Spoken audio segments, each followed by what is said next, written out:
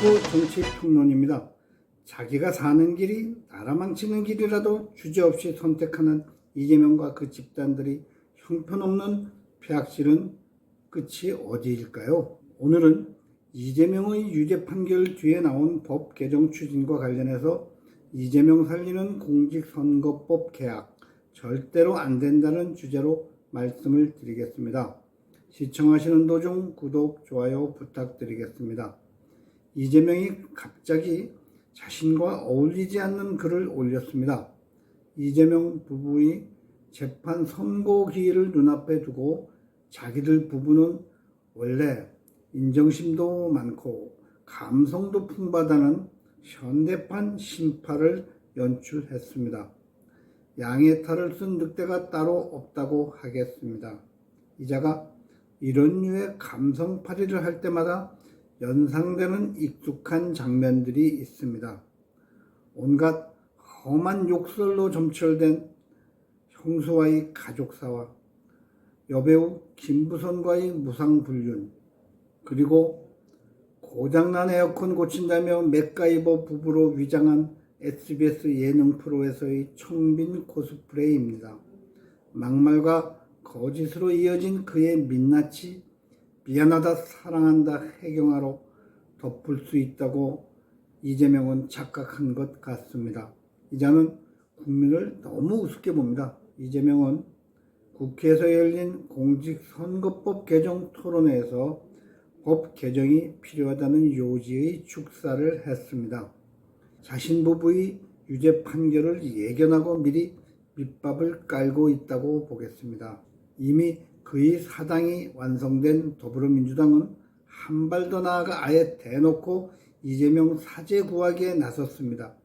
공직선거법상 허위사실 유포죄를 삭제하고 당선 무효형은 현행 100만 원 이상 벌금에서 1000만 원 이상으로 상향하는 개혁안을 국회에 제출한 것입니다.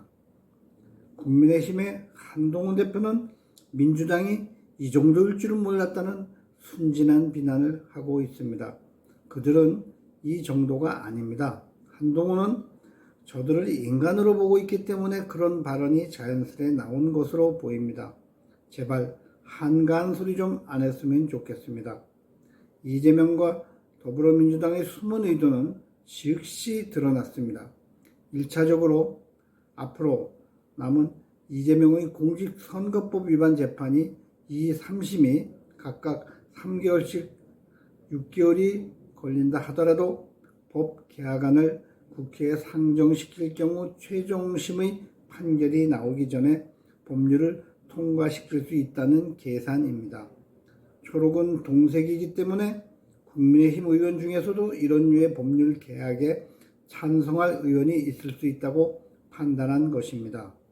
충분히 가능한 시나리오라고 하겠습니다. 찬성이 200석을 넘으면 대통령이 거부권을 무력화시킬 수 있음은 물론입니다. 설령 법률안이 통과가 안 되고 국회에 상정만 되어 있어도 형량에 있어서 정상 참작의 여지가 있다는 자선책도 감안을 하고 있습니다. 대통령의 거부권으로 법안이 폐기 처분되기보다는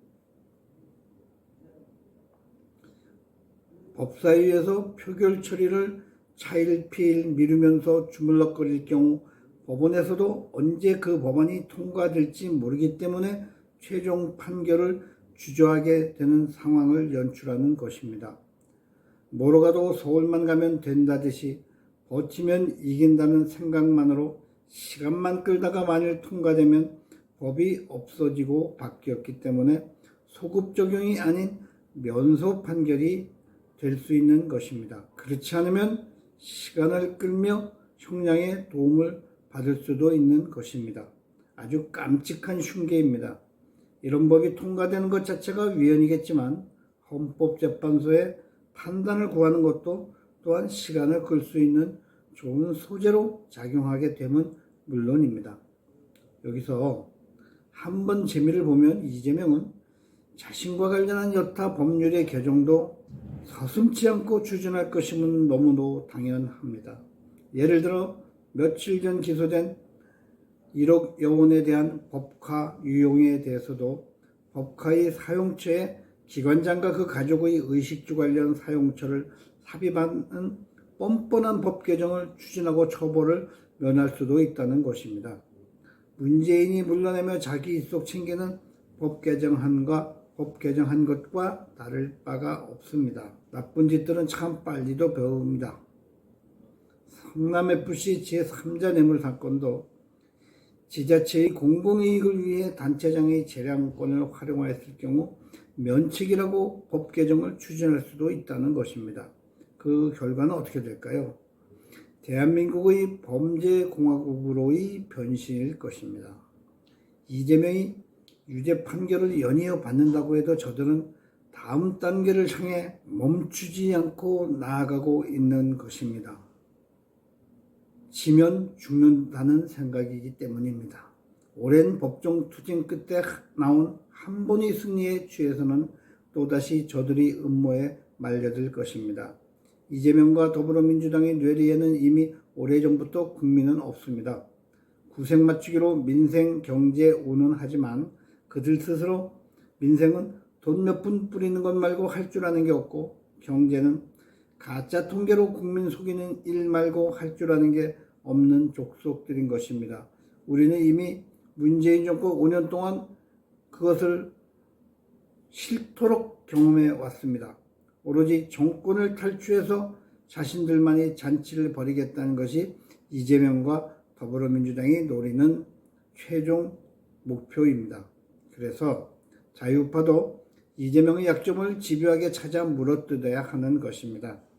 김혜경의 공로비 배소요는 어떻게 박봉의 공무원이 짧은 기간 동안에 80억 원 상당의 부동산을 소유하게 되었는지 그 자금 출처는 들여다보았는지 궁금합니다.